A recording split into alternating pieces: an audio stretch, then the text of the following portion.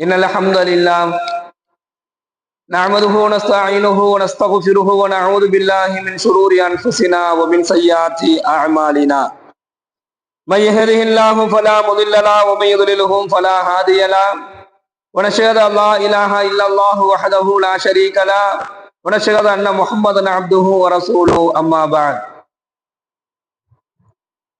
கண்ணியத்திற்குரிய அல்லாஹ்வின் நல்லடியார்களே, சகோதரர்களே, தொழுகையினுடைய சட்டங்களையும் தொழுகையினுடைய அவசியமான விஷயங்களையும் நாம் தொடர்ந்து ஃபஜ்ருனுடைய பயானில் பார்த்து வருகிறோம்.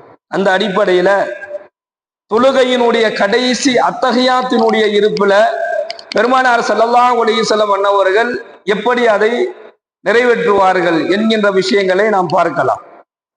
ஹஜ்ரத்னா அபூ ஹுரைரா ரலியல்லாஹு அவர்கள் அறிவிக்கின்றார்கள், நபிகள் நாயகம் ஸல்லல்லாஹு அலைஹி வஸல்லம் அன்னவர்கள் ஒருவர் கடைசி அத்தஹியாத், அதாவது தஷஹூத் என்பதாக சொல்லுவாங்க. கடைசி அத்தஹியாத், இப்போ 2 ரக்காயத் தொழுகிறோம், 2 ரக்காயத்துல 2வது ரக்காயத்துல இருக்கக்கூடிய அந்த அத்தஹியாத்தை பத்தி ஸல்லல்லாஹு அலைஹி வஸல்லம் அன்னவர்கள் சொல்கின்றார்கள். ஒருவர் கடைசி அத்தஹியாத்தினுடைய இருப்புல தஷஹூதை அவர் முடித்து விட்டார் அப்படின்னு சொன்னா, தஷஹூதுனா என்னங்க? ஃபர்ஸ்ட் அத்தஹியாத்துல இருக்கும் பொழுது அத்தஹியாத்து லில்லாஹி வஸ்ஸலவாத்து வத்தய்யிபாத்து அஸ்ஸலாமு அலைக அய்யுஹன் நபியு வரஹ்மத்துல்லாஹி வபரகாத்துஹு அஸ்ஸலாமு அலைனா அலா இபாதில்லாஹி ஸாலிஹீன், இது ஓதிடுவோம். இதுதான் அத்தஹியாத் திருப்புல உட்கார்ந்த உடனே முதல்ல ஓத வேண்டியது இதுதான். அதுக்கு பிறகு ஸலவாத்து ஓதணும். ஸலவாத்து என்ன? தரூத் இப்ராஹிம், அல்லாஹும்ம ஸல்லி அலா முஹம்மதின் வ அலா ஆலி முஹம்மதின் கமா ஸல்லைத அலா இப்ராஹிம வ அலா ஆலி இப்ராஹிம இன்னக ஹமீதும் மஜீத், அல்லாஹும்ம பாரிக் அலா முஹம்மதின் வ அலா ஆலி முஹம்மதின் கமா பாரக்த அலா இப்ராஹிம வ அலா ஆலி இப்ராஹிம இன்னக ஹமீதும் மஜீத். இது ஓதிறோம். இப்போ இது ஓதி முடித்ததற்கு பின்னால் இதெல்லாம் தஷஹூதுன்னு சொல்றாங்க. இதெல்லாம் ஓதி முடித்ததற்கு பின்னாடி நபிகள் நாயகம் ஸல்லல்லாஹு அலைஹி வஸல்லம் அவங்க சொல்றாங்க, ஒருவர் கடைசி அத்தஹியாத்தினுடைய இருப்புல அத்தஹியாத்து தஷஹூத் எல்லாம் ஓதி முடிச்சுட்டார் அப்படின்னு சொன்னா, ஓதி முடித்ததற்கு பின்னால் 4 விஷயங்களிலிருந்து அல்லாஹ்விடத்தில் அவர் பாதுகாப்பு தேடட்டும் என்பதாக ஸல்லல்லாஹு அலைஹி வஸல்லம் அவங்க சொல்றாங்க. 4 விஷயங்கள்ல இருந்து அந்த அத்தஹியாத்தினுடைய இருப்பிலேயே அல்லாஹ்விடத்தில் என்ன செய்யுங்க? நீங்க பாதுகாப்பு தேடுங்க. அதாபு ஜஹன்னம், ஒன்னு நரகத்தினுடைய வேதனையை விட்டு, அதாவது அதாபு ஜஹன்னம் நரக வேதனையை விட்டு அல்லாஹ்விடத்துல பாதுகாப்பு தேடுங்க. 2வது அதாபுல் கபூர், மன்னரையினுடைய அதாபை விட்டு, கபூருடைய அதாபை விட்டு, கபூருடைய வேதைகளை விட்டு அல்லாஹ்விடத்துல பாதுகாப்பு தேட வேண்டும். 3வது சொல்றாங்க ஒமின் ஃபித்னத்தில் மஹ்யாய வ மமாத்தி, வாழ்வு மற்றும் மரணத்தினுடைய சோதனை, இந்த உலக வாழ்க்கையினுடைய சோதனை, மரணத்தினுடைய சோதனை, இதை விட்டும் அல்லாஹ்விடத்துல பாதுகாப்பு தேடட்டும். அடுத்து சொல்றாங்க ஒமின் ஃபித்னத்தில் மஸீஹி தஜ்ஜால், மஸீஹ் தஜ்ஜாலினுடைய அந்த சோதனைகளை விட்டும் பாதுகாப்பு தேடணும். அத்தஹியாத்து ஓதுறோம், தரூத் இப்ராஹிம் ஸலவாத்து ஓதுறோம், தஷஹூத் ஓதுறோம். ஓதி முடித்ததற்கு பின்னாடி இந்த 4 விஷயங்களில் இருந்து அல்லாஹ்விடத்திலே நீங்கள் பாதுகாப்பு தேடுங்கள் என்பதாக நபிகள் நாயகம் ஸல்லல்லாஹு அலைஹி வஸல்லம் அன்னவர்கள் சொல்லி தருகின்றார்கள். மன்னரினுடைய வேதனை, கபருனுடைய வேதனை, அதாவது நரக வேதனை, கபருனுடைய வேதனை, உலகத்தினுடைய வாழ்க்கை, மரணத்தினுடைய சோதனை. இப்ப உலக வாழ்க்கையில ஏற்படக்கூடிய சோதனைகளை விட்டும், மரணத்தினுடைய சோதனைகளை விட்டும், அதே போன்று மஸீஹ் தஜ்ஜாலுடைய சோதனையை விட்டு பாதுகாப்பு தேடுங்க என்பதாக பெருமானார் ஸல்லல்லாஹு அலைஹி வஸல்லம் அவர்கள் சொல்லி காண்பிக்கின்றார்கள். முஸ்லிம்ல 1030வது இலக்கமாக இந்த ஹதீஸ் பதிவாக இருக்குது. அப்போ இதை நாம எப்படி அத்தஹியாத்துல கேட்கிறது? இப்போ அரபில இதனுடைய துவா வருது, இப்ப அரபில இதனுடைய துவா வருது. ஆனா தமிழ்ல நம்ம இதை எப்படி கேட்கறது அப்படின்னு சொன்னா, தொழுகையை பொறுத்த வரைக்குமே தமிழ் வார்த்தைகள் பயன்படுத்தக்கூடாது. தொழுகையில தமிழ் வார்த்தைகளை பயன்படுத்தக்கூடாது. தொழுகையை பொறுத்த வரைக்கும் அது அரபியில இருக்கக்கூடிய துவாக்கள் தான், அது ஓதுவதுதான் சிறந்தது. ஃபர்லான தொழுகைக்கு நான் சொல்றேன், ஃபர்லான தொழுகையில தமிழ் வார்த்தைகளை பயன்படுத்துதல் கூடாது. எந்த நிலையிலையுமே தமிழ் வார்த்தையை பயன்படுத்தக்கூடாது. தொழுகைக்கு உள்ள தக்பீர் கட்டிட்டு தொழுகைக்கு உள்ள, இப்ப சஜிதாவுல துவா கேட்கலாம் நமக்கு அனுமதி இருந்தோம், அது ஃபர்லான தொழுகையாக இருக்கும் பொழுது அங்க என்ன செய்ய முடியாது, நம்ம தமிழ் வார்த்தைகளை பயன்படுத்துவது கூடாது. ஆனா நஃபிலான தொழுகை இருக்குதுல்ல, நஃபிலான தொழுகை, நம்ம ஹாஜத்து நஃபில் தொழுகிறோம், இல்ல திடீர்னு நமக்கு ஒரு தொழுகலாமே என்கின்ற எண்ணத்துல நாம நஃபில் தொழுகிறோமே, இந்த நஃபிலான தொழுகையில என்ன செய்யலாம்? தமிழ்ல நாம அல்லாஹ்விடத்துல நமக்கு எந்த மொழியில் தெரியுமோ அந்த மொழியில நம்ம துவா கேட்கலாம். ஆனா ஃபர்லான தொழுகைக்கு அரபியினுடைய துவாக்களே ரொம்ப சிறந்தது. அரபியினுடைய துவாக்களில் தான் அதை நம்ம கேட்கணும். அப்போ அத்தகையாத்தினுடைய இருப்புல இந்த 4 விஷயங்கள் இருந்து பாதுகாப்பு தேடணும். அடுத்து ஹஜ்ரத்னா வாயில் இப்னு ஹுஜர் ரலியல்லாஹு அவர்கள் அறிவிக்கின்றார்கள், நபிகள் நாயகம் ஸல்லல்லாஹு அலைஹி வஸல்லம் அவர்கள் தஷஹுதுனுடைய இருப்புல, அதாவது அத்தஹியாத்தினுடைய இருப்புல தஷஹுதுனுடைய அந்த நேரத்துல தன்னுடைய சுட்டு விரலை உயர்த்தி பிரார்த்தித்தார்கள் என்பதாக சொல்றாங்க. இது உயர்த்தி பிரார்த்தனைங்கிறது அத்தஹியாத்தை தான் குறிக்குது. அதாவது அஷ்ஹது அல்லா இலாஹா இல்லல்லாஹ் என்பதாக கைகளை என்ன செஞ்சாங்க? உயர்த்தினார்கள். உயர்த்திட்டு அஷ்ஹது அல்லா இலாஹா இல்லல்லாஹ் என்பதாக சொல்லி உயர்த்திட்டாங்க என்பதாக சொல்றாங்க. இப்போ அத்தஹியாத்தினுடைய இருப்புல நம்ம அத்தஹியாத்து ஓதுறோமே, அப்போ இந்த அஷ்ஹது அல்லா இலாஹா இல்லல்லாஹ் என்பதாக வரும் பொழுது கைகளை உயர்த்திதான் ஆகணும். கைகளை உயர்த்தாம அத்தகையாத்து ஒருத்தர் ஓதி முடிக்கிறாரு அப்படின்னு சொன்னா அது தொழுகை குறையுள்ளதாக மாறும்.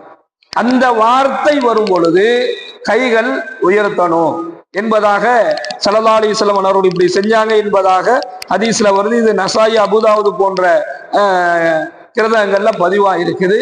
இன்னும் நாம சில ஹதீஸ்களை இது சம்பந்தமான பல அறிவிப்புகள் இருக்குது. ஸல்லல்லாஹு அலைஹி வஸல்லம் அன்னவர்கள் கைகளை உயர்த்தினார்கள் அப்படிங்கிறது இந்த ஒரு அறிவிப்பு. அதே போன்று இன்னும் சில அறிவிப்புகளை நம்ம பார்க்கிறோம். பெருமானார் ஸல்லல்லாஹு அலைஹி வஸல்லம் அன்னவர்கள் கைகளை உயர்த்தி செய்கை செய்தார்கள் என்பதாக ஒரு அறிவிப்புல வருது. அதே போன்று இன்னொரு அறிவிப்புல நாயகம் ஸல்லல்லாஹு அலைஹி வஸல்லம் அன்னவர்கள் தன்னுடைய எல்லா விரலையும் மடக்கியவர்களாக தன்னுடைய சுட்டு விரலை உயர்த்தி என்ன செஞ்சாங்க? வட்டமிட்டார்கள். வட்டமிட்ட நிலையில செய்கை செய்தார்கள் என்பதாகவும் சில அறிவிப்புகள்ல வருது. ஆனால் ஹஜ்ரத்னா இமாம் அபூ ஹனீஃபா ரஹ்மத்துல்லாஹி அலைஹி அவர்கள் ஹனஃபி இமாமுடைய கூற்றின்படி, ஷாஃபி இமாமுடைய கூற்று என்ன அப்படின்னு சொன்னா, அவங்க எந்த ஹதீஸை எடுத்துக்கிட்டாங்க அப்படின்னு சொன்னா, அந்த தஷஹுதுனுடைய இருப்புல அந்த அஷ்ஹது அல்லா இலாஹா இல்லல்லாஹ் என்பதாக பெருமானார் அவர்கள் கைகளை உயர்த்தினார்கள். அதுக்கு பிறகு அத்தகையாத்தினுடைய முடிவுல தான் கைய அவங்க கீழே இறக்குனாங்க. இது ஷாஃபி இமாமுடைய கூற்று. பெரும்பாலான இமாம்கள் அந்த ஹதீஸை தான் எடுத்துக்கிறாங்க. அதாவது கைகளை உயர்த்தி பிரார்த்தித்தார்கள் அப்படின்னா என்ன அர்த்தம்? அத்தகையாத்து இருப்பு முழுவதுமே கை உயர்ந்ததா இருந்துச்சு. அத்தகையாத்து ஓதி அதுக்கு பின்னாடி தஷஹுது ஓதி அதுக்கு பிறகு அவங்க அரபியில கேட்கக்கூடிய அந்த துவாக்கள் இதெல்லாம் ஓதி முடிக்கிற வரைக்குமே, சலாம் கொடுக்கிறதுக்கு முன்னாடிதான் கைகளை கீழே இறக்குனாங்க. அது வரைக்கும் பெருமானாருடைய கை உயர்ந்த நிலையில் இருந்தது. பிரார்த்தித்தார்கள், அதாவது அத்தகையாத்து ஓதுனாங்க என்பதாக வருது. இமாம் அபூ ஹனீஃபா அவர்களுடைய கூற்றின்படி, அவங்க நமக்கு சொல்லிக் கொடுக்கக்கூடிய அந்த கூற்றின்படி பார்த்தோம்னா, அஷ்ஹது அல்லா இலாஹா இல்லல்லாஹ் என்பதா கைகளை உயர்த்தி சைகை செய்தார்கள். அந்த அடிப்படையில ஒரு முறை உயர்த்திட்டு என்ன செஞ்சிட்டாங்க? மடக்கிக்கிட்டாங்க என்பதாக நம்ம பார்க்கிறோம். இது சம்பந்தமான எல்லா அறிவிப்புகளில் எதை வேண்டாலும் பின்பற்றலாம், தவறு இல்லை என்பது நம்ம தெரிந்து கொள்ள முடியுது. எல்லா அறிவிப்பு வரக்கூடிய எல்லா கிதாபுகளுமே ஆதாரத்தோடு தான் சொல்லப்படுதே தவிர இதுல எதுவுமே ஒண்ணுக்கு ஒண்ணு முரணாக இல்லை. அப்போ இப்ப நாம என்ன விளங்கிக்கணும்னா, தொழுகையில அத்தகையாத்துல அந்த இடத்துல கைகளை உயர்த்தியே ஆகணும். கையை சப்பத்தியா வச்சுக்கிட்டு என்ன செய்யக்கூடாது? அத்தகையாத்துல உட்கார்ந்துடக்கூடாது. அதுல நம்ம கவனமாக இருக்கணும். அதே போன்று உமர் ரலியல்லாஹு அவர்கள் அறிவிக்கின்றார்கள், இதே சம்பந்தமாக நபி அவர்கள் தன்னுடைய முழங்காலின் மீது கைகளை வைத்துக் கொள்வார்கள். அத்தகையாத்துல கையை எங்க வைக்கணும் அப்படின்னு சொன்னா, இந்த தொடையில கொண்டு போய் சில பேரை பார்க்கிறோம் இங்க வச்சுப்பாங்க. சில பேர் என்ன செய்வாங்க? தொடையினுடைய ஓர பகுதியில அல்லது தொடையினுடைய நடுவு பகுதியில கொண்டு போய் கையை வச்சுக்குவாங்க. அத்தகையாத்துல கையை அங்க வைக்க கூடாது. எப்படி ருக்குவுல முழங்கால பிடித்த மாதிரி நம்ம ருக்கு செய்யணுமோ அதே போன்ற அத்தகையாத்திலையும் கை எங்க இருக்கணும்? முட்டிக்கு மேலதான் இருக்கணும். கையை தொடைக்கு மேல இருக்கக்கூடாது. கை முட்டிக்காலுக்கு மேலதான் கைகள் இருக்கணும். இதை உமர் ரலியல்லாஹு அவங்க சொல்றாங்க. முழங்காலின் மீது கை வைப்பார்கள், பெருவிரலுக்கு அடுத்துள்ள சுட்டு விரலை உயர்த்தி பிடிப்பார்கள். உயர்த்தி பிரார்த்திப்பார்கள் என்பதாக உமர் ரலியல்லாஹு அவர்கள் சொல்லி காண்பிக்கின்றார்கள். இடது கை விரல்களை விரித்தவாறு முழங்கால் மீது வைத்துக் கொள்வார்கள். அப்ப என்ன செய்யணும்? கைகளை விரித்தவாறு முழங்காலின் மீது இப்படி வச்சுக்கணுமே தவிர கையை வேறு விதமாக வைப்பது தொழுகையை வீணாக ஆக்கிவிடும். அத்தகையத்துல வேறு நிலையில கையை மரட்டி வைக்கிறது அல்லது பிரட்டி வைக்கிறது, ஒன்ன தூக்கி வைக்கிறது, ஒரு கையை இறக்கி வைக்கிறது, ஒரு கையை மடிச்சுலாம் வைக்க கூடாது. இந்த வலது கையை தான் என்ன செய்வாங்க? 4 விரல்களையும் மடக்கி கொள்வார்கள், சுட்டு விரலை உயர்த்தி கொள்வார்கள். இது இப்படி இருக்கணும். ஆனா இடது கை என்பது எல்லா விரல்களும் விருத்த நிலையில முழங்காலின் மீது இருக்கணும். இந்த இடது கையையும் மடக்கி வச்சுக்க கூடாது. இந்த கையை மடக்கி வச்சிருக்கிறமே அது மாதிரி இந்த கையை இப்படி மடக்கி வைக்க கூடாது. இந்த கை முழங்காலின் மீது விருத்த நிலையில இருக்கணும். இந்த கையில பெருவிரல் உயர்ந்த நிலையில இருக்கும். பெருமானாருடைய தஷஹுத் அப்படிதான் இருந்தது என்பதாக உமர் ரலியல்லாஹு அவர்கள் அறிவிக்கின்றார்கள். முஸ்லிம் 1016, திருமிதி 271 இல்ல இந்த ஹதீஸ் இடம்பெறுவதை நம்ம பார்க்கிறோம். அடுத்தபடியாக சலாம் கொடுப்பது. இப்போ நம்ம அத்தஹியாத் ஓதிட்டோம். இப்ப நாம அஸ்ஸலாமு அலைக்கும் என்பதாக சலாம் கொடுக்கிறோம். தொழுகையினுடைய முடிவு நிலை. அப்துல்லாஹ் இப்னு மஸ்ஊத் ரலியல்லாஹு அவர்கள் அறிவிக்கின்றார்கள், நபிகள் நாயகம் ஸல்லல்லாஹு அலைஹி வஸல்லம் அவர்கள் தொழுகையை முடிக்கும் போது அவர்கள் முதலில் வலது புறத்தில திரும்பி அஸ்ஸலாமு அலைக்கும் வ ரஹ்மத்துல்லாஹி வ பரகாத்துஹு என்பதாக சொல்லுவாங்க. அறிவிப்பு அப்படியும் வருது.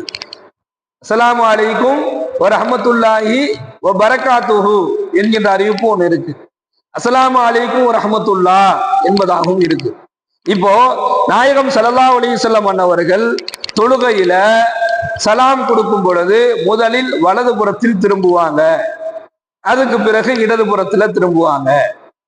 இப்போ இந்த திரும்புதல் இருக்குதுல, சலாம் கொடுக்கறதுக்காண்டி நம்ம திரும்புறோம்ல, அது எந்த அளவுக்கு பெருமானார் திரும்பி இருக்கிறாங்க அதை பத்தி சொல்லும் பொழுது மஸ்ஊத் ரலியல்லாஹு அவங்க சொல்றாங்க, அவங்க இமாமத் செய்யும் பொழுது எங்களுக்கு முன்னால் பெருமானார் இமாமத் செய்வாங்க. அப்ப அஸ்ஸலாமு அலைக்கும் என்பதாக திரும்பும் பொழுது பின்னாடி இருக்கக்கூடிய எங்களுக்கு நபிகளாரினுடைய கன்னத்தினுடைய வெண்மை தெரியும் என்பதாக சொல்றாங்க. அப்பனா கன்னம் தெரியணும். அந்த அளவுக்கு சலாத்தை நாம திரும்பி இப்படி கொடுக்கணும். சலாம் கொடுப்பதுல பெருமானாருடைய சலாம் எப்படி இருந்துச்சுன்னா, அவங்க அஸ்ஸலாமு அலைக்கும் ரஹ்மத்துல்லாஹ் என்பதா திரும்பும் பொழுது பின்னாடி இருக்கக்கூடிய எங்களுக்கு அவங்களுடைய கன்னம் தெரியும், கன்னத்தினுடைய வெண்மை எங்களுக்கு தெரியும் என்பதாக ஹஜ்ரத் மஸ்ஊத் ரலியல்லாஹு அவர்கள் சொல்றாங்க. அப்போ நாம சலாம் கொடுக்கும் பொழுது நம்முடைய கன்னத்தை அதாவது கழுத்தை நன்றாக திருப்பணும். சலாம் கொடுக்கும் போது அஸ்ஸலாமு அலைக்கும் வரஹ்மத்துல்லாஹ், அஸ்ஸலாமு அலைக்கும் வரஹ்மத்துல்லாஹ் என்பதாக என்ன செய்யறோம்? நாம திரும்பிடுவோம். இன்னும் சில பேர் என்ன செய்வாங்க அப்படின்னு சொன்னா, தலையை ஒரு அது திரும்புறதே தெரியாது, சும்மா லைட்டா அப்படி திரும்பிப்போம். அப்படி அல்ல. நாம் திரும்புதல் என்பது பின்னாடி இருக்கிறவங்களுக்கு நம்முடைய கன்னம் தெரியக்கூடிய அளவிற்கு அந்த தலையை நன்றாக திருப்பி சலாம் சொல்வது பெருமானாருடைய சலாம் அப்படித்தான் இருந்தது என்பதாக நாம் ஹஜ்ரத் மஸ்ஊத் ரலியல்லாஹு அவர்கள் கூறக்கூடிய இந்த ஹதீஸை நம்ம பார்க்கிறோம். அப்போ தொழுகையில அத்தஹியாத்தினுடைய தஷஹூத், அதுக்கு அடுத்து இந்த 4 விஷயங்கள், இந்த பாதுகாப்பு தேடுதல், அதுக்கு பிறகு சலாம் கொடுக்குதல், இது தொழுகையில் சிறந்ததாக ஆக்கும். இதுல குறை இருந்தால் தொழுகை குறையுள்ள தொழுகையாக மாறும். சுப்ஹானல்லாஹி பிஹம்திஹி சுப்ஹானக அல்லாஹும்ம வ பிஹம்திக வ நஷ்ஹது அல்லா இலாஹா இல்லா அன்த வ நஸ்தக்ஃபிருக வ நதூபு இலைக். சுப்ஹான ரப்பிக ரப்பில் இஸ்ஸத்தி அம்மா யசிஃபூன் வ ஸலாமுன் அலல் முர்ஸலீன் வல்ஹம்துலில்லாஹி ரப்பில் ஆலமீன்.